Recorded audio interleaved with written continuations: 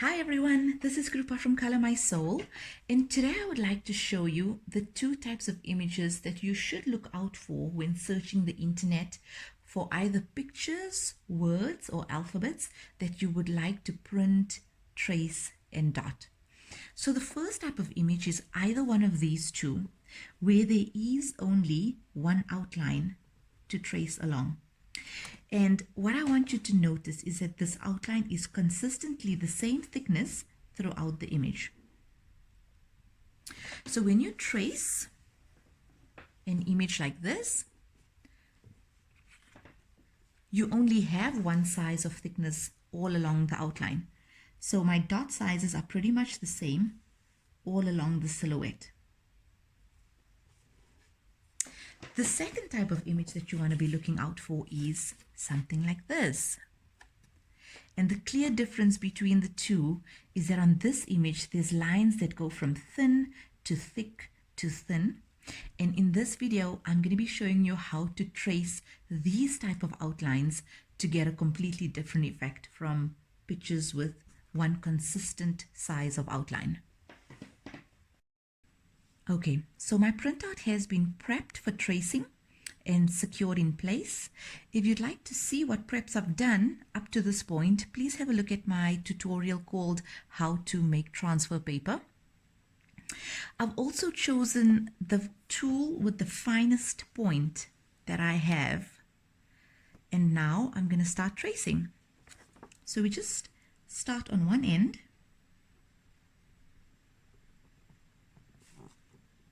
And trace along the outline on the one side first.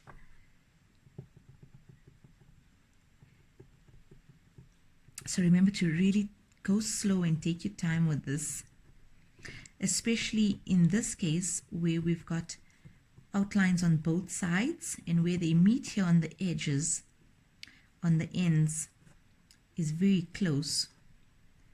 So you really want to stay accurate along the line.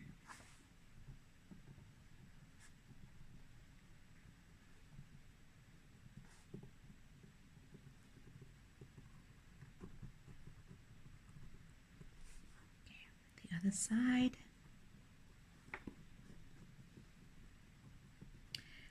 This is normal, thin printer paper that I've used.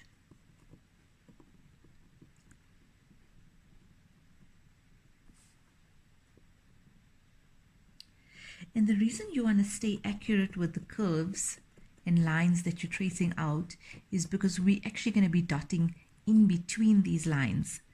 So where the space narrows, we need to be able to see that clearly as well. Okay, so that's everything covered.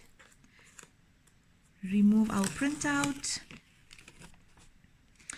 And the excess chalk paint that is on the board can be removed with a cosmetic tips dipped in water. So the cosmetic tip has two sides. One is wider and one is more pointy. So I'm just going to dip this into some water and gently remove the excess chalk dust.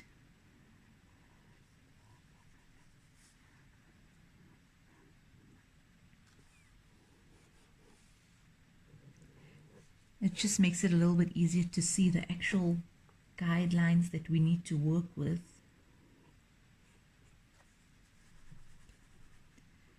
It comes off really easily. Where we need to get in really close, we can use the pointy edge. So I'm just going to dip that into water and come in really close to the guideline, the traced line, without actually removing any of it. Okay, I think this is clean enough. It's clear to see our guidelines without too much distractions. And now we are ready to start dotting. What's really important to remember here is that we are not going to be dotting on the lines that we've just traced out. We are going to be dotting in between the lines and filling the space. So where the lines are thicker, we're going to have bigger dots, and as the lines narrow, we're going to change tool size or change the pressure that we apply when we're making dots to get smaller dots that fit exactly into the space.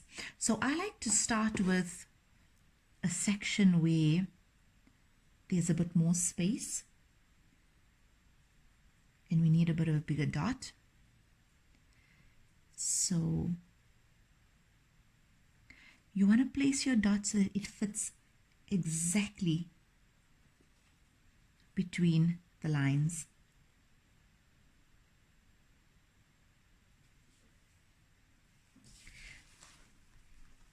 So this means changing tool size regularly.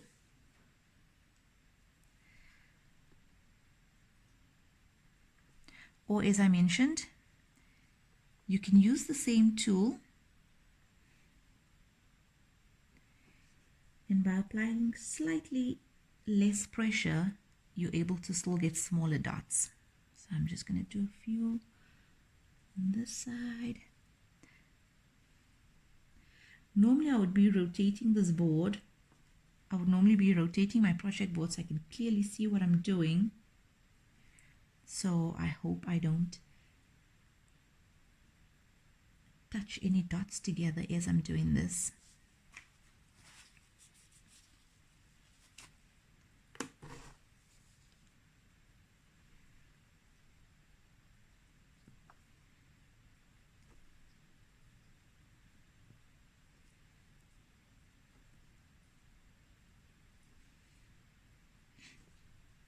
I kept this example really simple as well because I wanted to show you from start to finish all the dots that I'm placing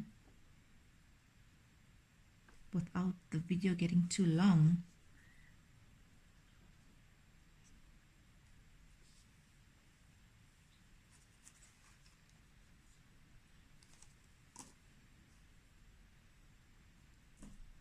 Okay, so here for example, we're coming to a narrow edge, so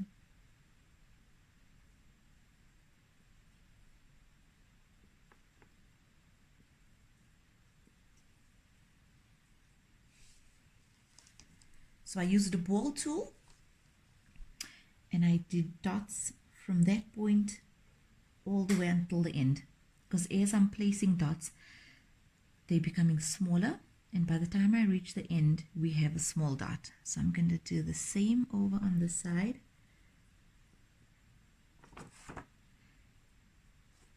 If I dip and dot,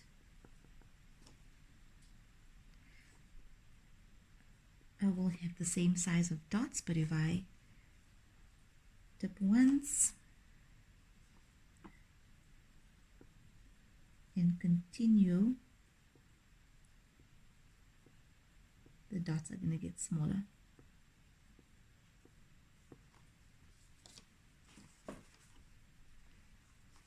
Okay, so let's start on the other side. I'm going to start off in the section where it's broadest.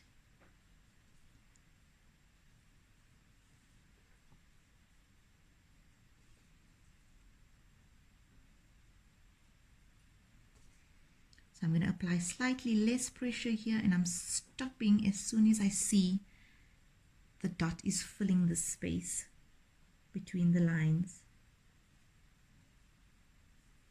I'm going to change tool size.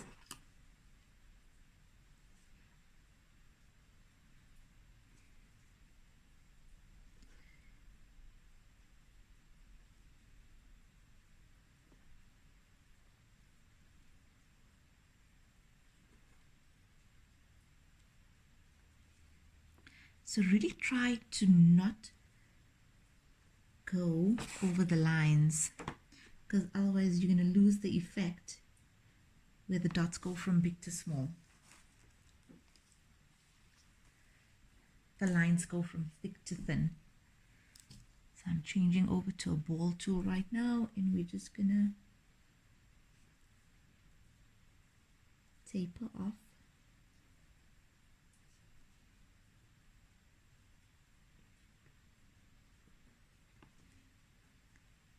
The same on the edge.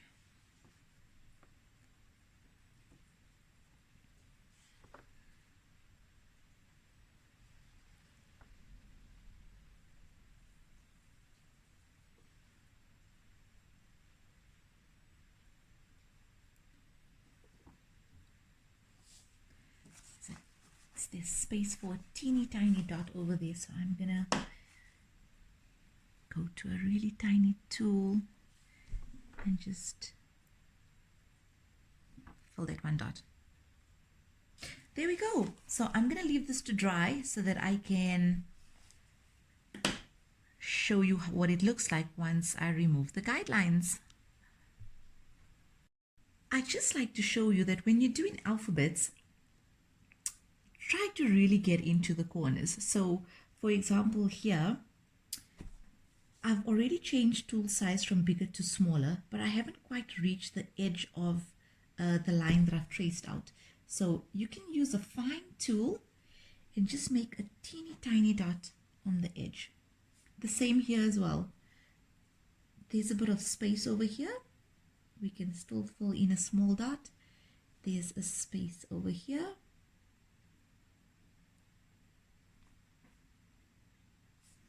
And another one in the corner. So although I have a dot right at the edge, there is still a bit of a space here. So we can just place a teeny tiny dot, and that just gives it a little bit more definition and character.